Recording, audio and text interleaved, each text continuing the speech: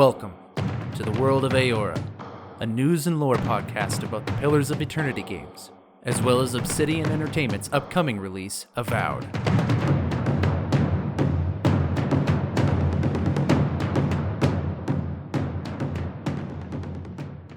Hello everybody and welcome to another episode of the World of Eora. I'm your host, Eric, aka Gingerino. Thank you guys so much for joining me on another episode as we dive into the history, lore, and game mechanics of Pillars of Eternity 1 and 2 as we gear up for the release of AVOWED. For those who are new to the show and find themselves curious, why are we comparing AVOWED to these old Pillars of Eternity games by Obsidian Entertainment? It's because they share the same fantasy world known as Eora. And so the hope of this show is that when AVOWED is released, we can enter into all three games with an equal knowledge base and enjoy and appreciate the lore and the writing and the characters and the setting that the games are set in. Today we're going to be continuing a trend that has been going on for a few episodes and looking at the faction groups of the Deadfire Archipelago, which is the setting for the second game, Pillars of Eternity 2, Deadfire. We've already talked a little bit about what the Deadfire Archipelago is as a setting for the second game. It's essentially a smattering of islands that's basically a new frontier in the world that is Eora, and a lot of the worldwide superpowers are finally making the big push to this area so that they can gain power or wealth or resources or a new home, etc., etc. We've talked about the Huana people cultures that have been living in the area for thousands of years as native tribes. We've talked about the Vailian Trading Company, which is a mercantile company based out of the Vailian Republics, which is solely created to make the Vailian Republics rich by any means possible. We have yet to discuss the Pirate Confederacy, who are trying to seek a new home after their old civilization, Grand Valia, began to crumble. But today, we're going to be taking a look at the other main faction in the game, which is the Royal Deadfire Co, a large company of people from the Rauatai Empire who are seeking to find ways to make their current homeland livable and sustainable, as they don't really have the resources available, and the Deadfire Archipelago is a place they're hoping to do that. No related news about any of the games going on, but be assured that as soon as we learn anything about AVOWED or Pillars of Eternity, I guess, I will put it right here in the show. For now, let's dive straight into today's lore. I'm curious. What exactly did you find there? Before we get started, I just want to say, hey, thanks to all of you who have been sticking with this show for a long period of time. As today is, well, this is the 50th episode, so I'm halfway to 100. And I mean, I know I have other bonus episodes and stuff out like that, but it's just really cool to reach a milestone like this, and I really appreciate those diehard fans who have been here since the beginning, or honestly even partway through, but you've just been following me as this goes along, and you've been enjoying the content as it comes out, and you've been engaging in conversation and helping make this show better. I really appreciate it. Thank you so much for being fans of this show and following me on this journey, and I hope to continue forward as AVOWED undergoes development. But I know we're here to talk about the lore of the world, so let's do that. All of the information that I'm going to talk about today comes from the Pillars of Eternity 2 guidebook, which I've mentioned before. For those who are entering into these episodes new, it is a book of lore that corresponds to the second Pillars of Eternity game. And while a lot of this lore you can learn about in-game, some lore that exists within this world is only found within these guidebooks. So if you own Pillars of Eternity 2 Deadfire on PC, I think specifically like the Definitive or Ultimate Edition, you can find a PDF of this guidebook in your game files. As well, if you want, you could go on Amazon.com and you could look up Pillars of Eternity 2 Deadfire Guidebook, and you can find a hard copy as well. So today we're going to be looking at the section of the book known as the Royal Deadfire Company, which, makes sense if that's what we're going to be talking about today. We have things to discuss like languages, population, the government, the deities that they worship, and a bit of who they are and what makes them the faction that they are. As we know, Obsidian Entertainment, they like to write a lot of, compelling realism, I don't know what you would want to call it, into their factions and their characters. There's something lively about their characters and their factions that that they've thought of a lot of the minor details about what makes a person, what philosophy drives a group of people. And so we're going to get into that today. A very short backstory to what the Royal Deadfire Company is. I alluded to it at the introduction to this episode, but essentially what they are is they're a contingency of people. I shouldn't say contingency. There's a large amount of people. There's about 10,000 people that are conscripted from Rauatai's navy in order to make this Royal Deadfire Company.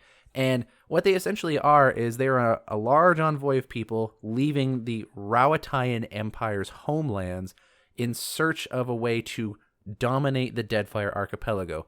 The reason being is that the Empire of Rauatai is in a location in the world that is subjected to horrific storms, and it is hardy living. The soil is not good for making crops. The weather up there just wants to kill everybody. And as a result, the people of Rauatai have become hardy and united and cooperative. There's a lot of good things that come out of it, but it's hard living. It's not something that you can easily do. And as the population grows and swells, the issue is eventually going to have come up where how do we sustain our population? How do we sustain our people in a way that doesn't lead to revolution of some sort? And the Deadfire Archipelago is a beacon of hope for the Rauataian Empire to be able to plunder it for everything that it has and use it for your own gain, to use it so that your homeland can be sustained, because the Deadfire Archipelago has fertile soil that they can be used for making crops and feeding people as well. Another place for people to move to, so that way the population isn't all in one area. There's a lot of reasons why the Deadfire Archipelago would be great for the Rauataian people and how those people could survive through the means of the Deadfire Archipelago.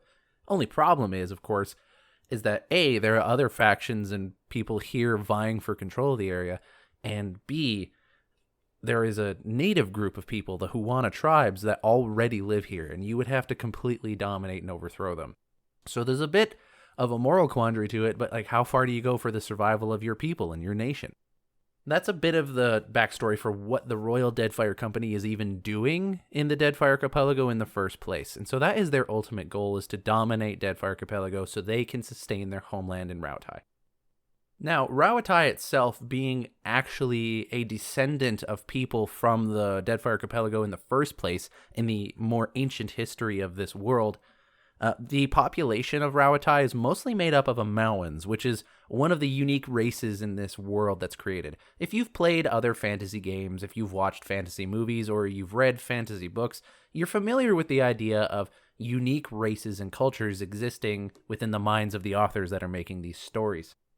But that's not to say that there aren't other races like dwarves, elves, humans, and Orlans in there as well. The Royal Deadfire Company is a mix of military structure as well as mercantile. It is a mixture of an economy-based group of people that are trying to build up an economic empire. They're trying to build their businesses up, but also it originated as a military unit. It was actually called Rauatai Deadfire Company at one point. There were 5 naval captains within the Rauataian army, the naval army specifically, that formed the Rauatai Deadfire Company. But as the Vailian Republic increased its actions within the Deadfire Archipelago, the Ranganui of Rauatai, and Ranganui is basically their version of emperor, renamed the company the Royal Deadfire Company. And he promoted these 5 naval captains that were in charge of the originally Rauataian Deadfire Company. He promoted them to a title called Hazanui, which is kind of like Ranganui, but it's obviously lower on the food chain, and it's specific to the area that they are in. Essentially, these Hazanui council members, these naval captains, if you will, they are now in charge of doing everything that they need to make sure that the Royal Deadfire Company is successful where they are. They are essentially, for all intents and purposes, now in charge of the Royal Deadfire Company. The Ranganui back home obviously has veto power over anything, but he's basically given them the power and authority to do as they see fit to be able to complete their mission.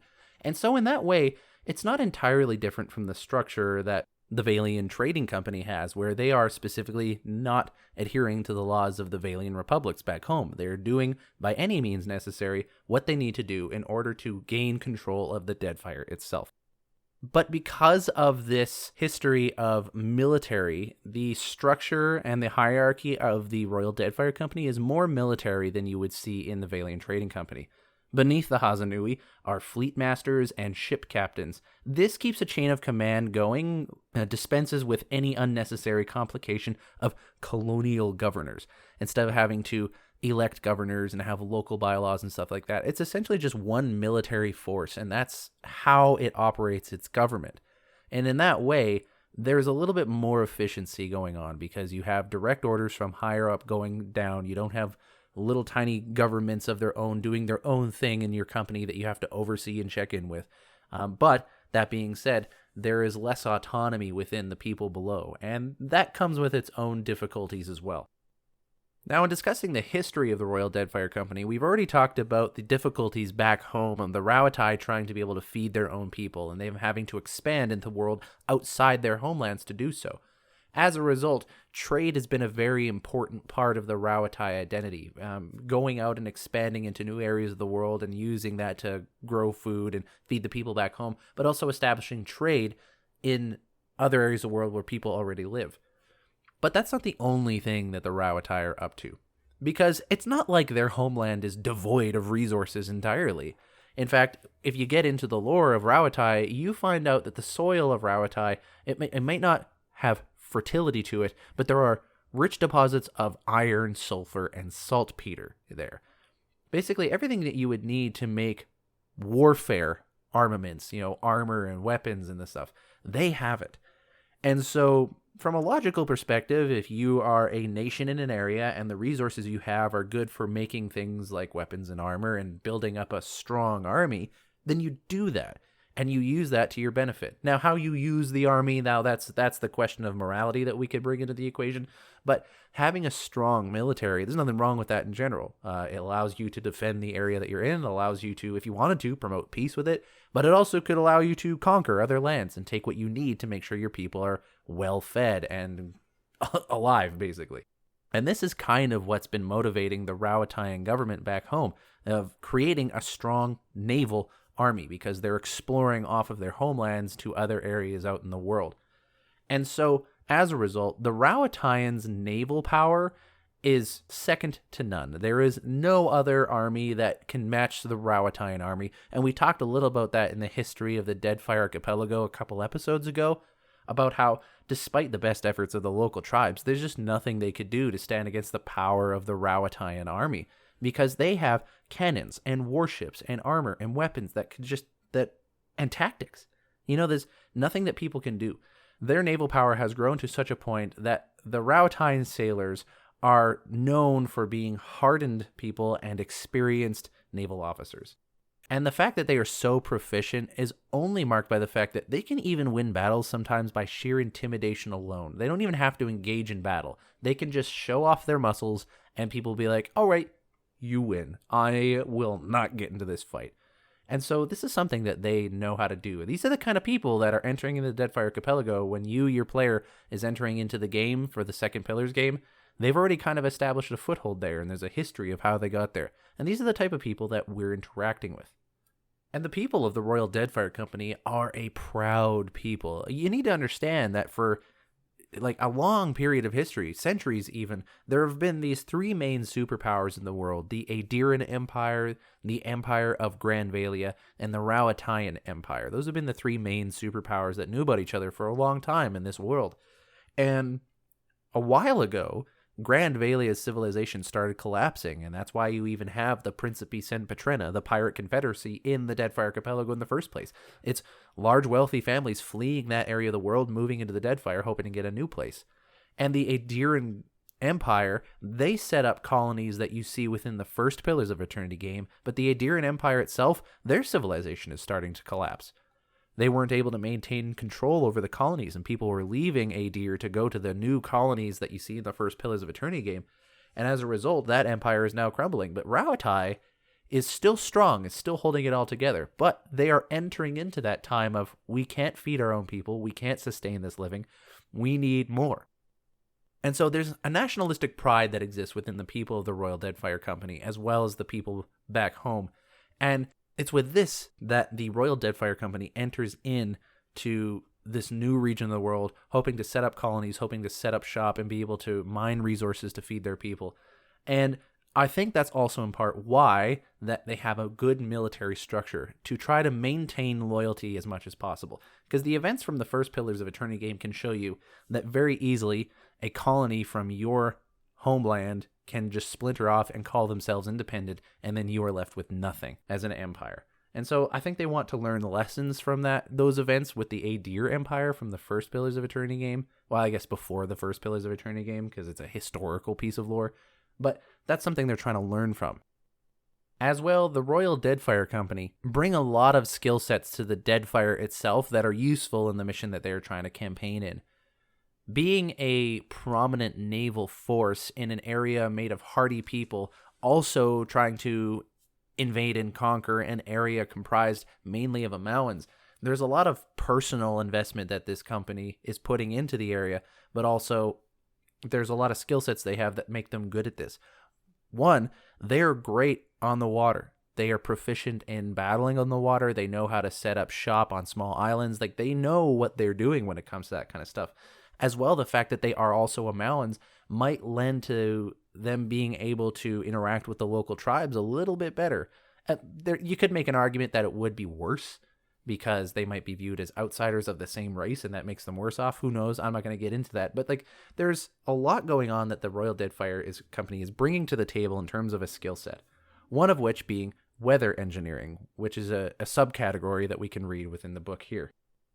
Being from an area of the world that is plagued by harsh storms and weather, they have actually become quite proficient in being able to read the weather, first off, but also have been developing techniques on how to control it.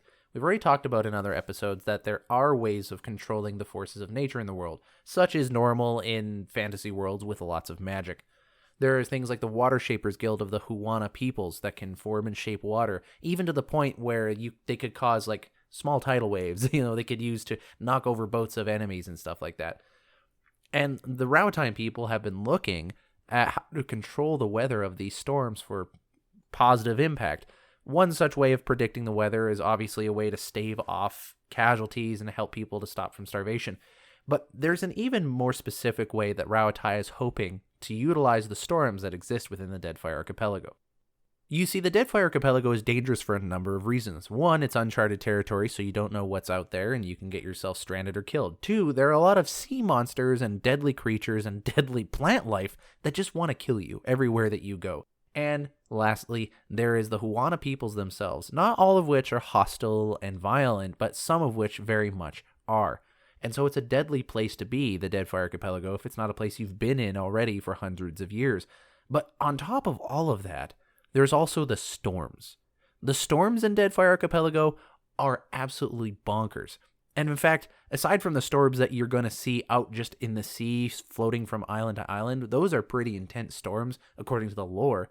There's one giant storm called Andra's Mortar that is in this one spot in the sea. It is absolutely massive. It would take weeks, if not months, to sail through the entire vastness of it, even if it was calm. It's such a huge part of the sea, and it's such a massive storm that no one has been able to sail through and survive. That's how intense this storm is. The thought of the Rauataians, though, is that if they could harness the power of these storms to move the moisture away from the Deadfire towards Rauatai, they would be able to actually grow food in a safer manner. And they might even be able to push some of the more deadly storms further away towards the Deadfire Archipelago from their homeland, so that they're not getting plagued by storms that will kill them, but they're getting the moisture from them that will allow them to grow food. That is one of the end goals of the Royal Deadfire Company. It's thought that the storms in the Deadfire are connected to the luminous Adra deposits that exist in the Deadfire. Luminous Adra is a unique version of an already unique resource to this fantasy world. Adra is basically a gemstone, kind of looks like jade crystal, that conducts soul energy. So you have a soul, I have a soul. It can pass through this Adra stone, kind of like electricity through copper wire. That's just how it works. And this luminous Adra that exists in the Deadfire Archipelago is even more potent and more powerful than regular Adra. And the thought is that there is such intense and unique storms in the Deadfire Archipelago, and there's this really powerful, unique resource of luminous Adra, they must be connected in some way, shape, or form.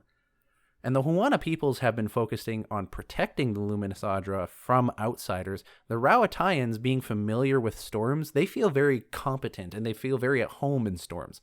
And they probably have a sense of which we know what we're dealing with when it comes to storms, nobody else. When it comes to Stormfront and when it comes to weather, we are the competent ones. We know what's going on and we should be in charge of that kind of stuff. And so they have a point of pride. They have a point of, I guess you could say, self-appointed leadership when it comes to taking control of the weather in the Deadfire Archipelago. And therefore, they need to also control the Luminous Adra. They don't want to mine it like the Valians do, and they don't want to just leave it alone and protect it like the Huana do. They want to leave the Luminous Adra where it is, but somehow harness its power and learn what's going on so they can send these storms back home just close enough that they can use the moisture to grow their own food in their homeland. I seek a great treasure, you see. Not gold or silver, but the Tanvi Oratoa, the sacred book of our people, my friend. And it is there. Somewhere in there, at least, beneath the keep. So controlling the weather and understanding those weather phenomenon is one skill that the Royal Deadfire Company brings to the table, as well as just naval navigation and expertise. But in the vein of that way of thinking as well, they also offer the service of ship escorting. Now here's what you need to consider. The Valian Trading Company, they've come into the Deadfire Archipelago with the sole means of taking as much as they can from there and getting as rich as possible. That's the whole point of the Valian Trading Company. So while they're taking big risks and trying to get big gains out of it, they're also a little more short-term sighted. They're saying, what wealth can we extract from the Deadfire in order to gain as much money as possible, become very powerful very quickly, and then have kind of a stronghold on the world itself? Whereas the Royal Deadfire Company, they have a lot more of a long-term goal set here, which means they need to set down roots. They need to think of patterns and way of living that are going to go on long-term. And since they don't really have set down places in which to build a colony or start to set up entire sets of villages and live on their own, and the fact that they're trying to ship stuff back to their empire, means that they need to think of ways that they can stay alive while they're out here and to earn resources and money and be able to thrive and survive out in the area. Now, despite the fact that the Hazanuis, the people who are in charge of the Royal Deadfire Company, don't like it, they do have to rely on goods and services coming out of their homeland of Rauatai because they simply just don't have the foothold in the Deadfire to sustain themselves as it is. So they need the supplies and rations sent from their homeland in order to do so.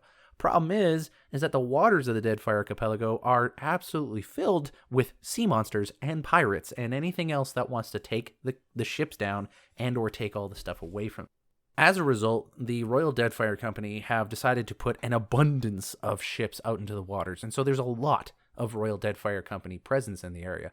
And they, of course, have gotten really good at establishing safer and more efficient paths from island to island and location to location with the escorting of their ships from place to place. But it doesn't just stop there, because if you have all these extra ships lying around, you have a surplus of ships in your naval force, you can also send out those ships to escort the ships of other groups of people. So people who are even with the Valian Trading Company or other Huana groups, or just, people who are out and about, whoever knows who's out in the Deadfire Archipelago, they can use their superior naval power and dominance and presence to escort these ships safely to where they're going. And as a result, they maybe get a little bit of cut from whatever they're shipping, If there is a large supply of food that is heading to the city of Neketaka, the Royal Deadfire Company might help escort that massive supply ship out to the city of Neketaka, and as a result, they get a portion of that food. That might be a way that the Royal Deadfire Company is doing it. It doesn't specifically lay out how they're doing it, but that's how it alludes to. And so ship escorting is something that they're doing in this area as well, which I think is an investment to the people of the Deadfire, and I think will help them actually get a better foothold in the long run, which is something that they are considering. How do we operate long term here? Not just for ourselves, but to get along with the people that are inevitably going to stay here as long as we are. So with all of these things in mind, it's no surprise that, above all, the Royal Deadfire Company value discipline, toil, and relentlessness above anything else. These are, at least according to the lore, the three virtues that Royal Deadfire Company people value. The discipline, toil, and relentlessness. And it makes a lot of sense. They're in a military structure, so discipline is quite important. You have to be able to, steel yourself in order to do the thing that your superior officer tells you to do and trust that it is for a greater purpose. You have to have the discipline to do that. You also have to be able to live within a military structure your entire life if you're out there in the Deadfire Archipelago from birth to death. As well, the campaign that they are trying to go there with, it's not a small task, and it's not a short-term prospect. It is something that is going to require a lot of work and a lot of exacting work, and you're going to have the discipline and the fortitude to be able to handle it. Toil, I think, has to do with their homeland nationalistic pride, because they come from a homeland that is bombarded by storms, and it is hard to live there. And that's almost a kind of thing that people there like. It's not that they like living in a hard land, but it's something that they identify with. If they lost their storms and their hardy way of living, there would be a huge shift in cultural identity for the Rauatai people, because we are hardy folk is something that it would probably say to each other. And so suffering through things, toiling through things, is a virtue of theirs, because that's just part of life, and it shows that you're strong. At least that's how I'm reading into it. And lastly, relentlessness. I think this just partly ties in the first two together of A, the nationalistic pride of being hardy people, but also B, being disciplined and having to have that fortitude to continue on. Relentlessness just seems kind of like the mixture of those two. Because in order for you to be able to succeed in the Deadfire Archipelago and feed the people back home, you need to do what needs to be done. It's going to be hard work, and you have to be disciplined to do it. You're going to be relentless in how you do it. And so I can understand why that would be the virtue. To counter that, the vices that they watch out for are indolence, opportunism, and wild ambition. And if you're like me, I had to look up what indolence meant. It essentially means laziness. It's defined as avoidance of activity or exertion, which I'm feeling a little called out on that, personally speaking. These make sense when you take into account what it is that the Royal Deadfire Company is trying to do in this area of the world, that it would be against indolence, opportunism, and wild ambition. So these are vices, according to the book here in this guidebook that I'm reading from. These are the things that the individuals of the Royal Deadfire Company, they watch out for in other people. Like, if they see you acting in these ways, you're not a good member of the Royal Deadfire Company. You're potentially a threat to the long-term campaign that they're doing here. And it makes sense. Indolence meaning laziness, not wanting to exert yourself or join an activity. Like, you're here on a mission. You're not off on vacation. You're not at home just chilling on a weekend off kind of thing. You're out here in the middle of a lawless frontier with sea monsters and pirates and violent people and poisonous plants and deadly waters. Like, you're out here in the middle of nowhere, brother to brother, brother to sister, citizen with citizen and all that, or employee to employee, I suppose, who knows. But you're here on a mission. You have things to accomplish, and so you need to rise to the occasion. You need to be ready and willing and excited to go for stuff. Opportunism doesn't necessarily sound like a bad thing to some people. In fact, opportunism could be good, I think, in certain circumstances. But I understand the idea of the people being opportunistic is not helpful to what they're trying to do here. Because remember, the Deadfire Company, the Royal Deadfire Company, are here with a purpose and with a meaning. And in order to accomplish that, you need to stay within the purview, within the parameters, within your scope of practice. You have a certain set of things that you're trying to accomplish. While it might be good to try and go do something over on this island that might benefit you and your people, is it related to what you're trying to accomplish here and now with this long-term mission? If not, you're being opportunistic and not in a positive way. Lastly, wild ambition. And I think this ties in with opportunism as well, because it's, especially when you consider the military structure of the Royal Deadfire Company. And again, military structure is basically every person in the military hierarchy has a role to play. And if any one of those people go rogue and just try to focus on themselves and what they want or what they think is the most important, even if it's for other people, it goes against what the entirety of the system is moving towards. That is everything I have on the Royal Deadfire Company, at least from the guidebook that I'm reading from. Thanks everyone for joining me on this episode today. Before we close off, we'll ask ourselves the normal question of, what does this have to do with AVOWED? Is an oath worth the weight of a crown? Like in previous episodes, there's not a lot we can say for sure that this is going to have to do with AVOWED. It depends on when AVOWED is taking place, obviously, within the history of this world. If it's before or after, or even during the events of the Pillars of Eternity games, will determine whether or not we can even interact with the Royal Deadfire Company. The Royal Deadfire Company, originating from Rauatai, which is one of the ancient empires of this world, there is a chance that we could run into them, whether it is prequel or sequel or during the Pillars of Eternity games. If it's a prequel, we might not run into the Royal Deadfire Company, obviously, but we might run into the naval forces or some of the naval captains that created the Rauatai Deadfire Company. So we could run into people that are kind of like a progenitor for all that. There's a chance that we could run into them depending on where in the world AVOWED is taken place in. But the Rauataian naval force is obviously expanded into more areas than just the Deadfire Archipelago. They've been to all corners that they can possibly get to. They have explored the world as much as they can. And so there's a decent chance that if AVOWED is taking place when Rauatai is in existence, that we'll run into Rauataian people at some point, and therefore we may or may not run into the Royal Deadfire Company or an early form of it.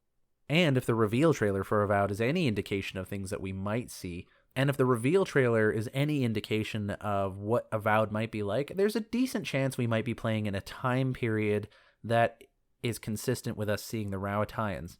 Now, obviously, this isn't the Royal Deadfire Company. I'm mostly talking about Rauataians here, but wherever we find Rauataians, there's a chance we might see the Royal Deadfire Company. Even if we do see Royal Deadfire Company presence in AVOWED, I don't suspect that it's going to play a large part of AVOWED's narrative, simply because the Royal Deadfire Company is just that. It's the Royal Deadfire Company. So unless AVOWED is taking place in the Deadfire Archipelago, which I highly doubt it is, I don't expect there being a major presence in the narrative or the setting for AVOWED. But you never know. We might be able to have a history with it. There might be side quests or things like that that give little Easter eggs to those of us who have played the Pillars of Eternity games. So there might be something like that. But I'm not expecting anything impactful regards to the Royal Deadfire Company in AVOWED. Thanks everyone for joining me on today's episode. I really loved getting into the Deadfire factions. This has been fun. There's still more to talk about, obviously, but we're going to stop this episode here. We've been talking about the Royal Deadfire Company today, a large contingent of militaristic and mercantile people from the Rauataian Empire who are trying to find ways to sustain the population back on their homeland who are suffering from really difficult storms and hardy living. If you liked today's episode, or you didn't like today's episode and you want to tell me about it, you can email me, worldofeora@gmail.com. If you're interested in following the show and anything that's going on, you can follow me on Twitter, @worldofeora.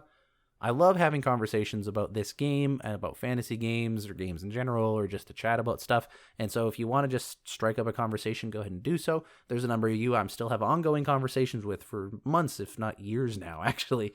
Again, thanks everyone who's been listening to this show long term. It's very happy for me to put a episode 50 on the Anchor.fm channel, which I should probably do an advertisement at some point. This entire podcast was started with the idea that I would use it as a platform to learn podcasting, and I never anticipated the positive response that got back from it, which is why it's been continuing on for so long, and I'm very happy about that. I'm glad this is adding value, even in small ways, to people's lives in some way, shape, or form. I mean, I'm not repairing families or clothing the poor or anything like that, but for those of you who play games and you enjoy stories and lore, I mean, it's adding something to your day, so I'm happy for that.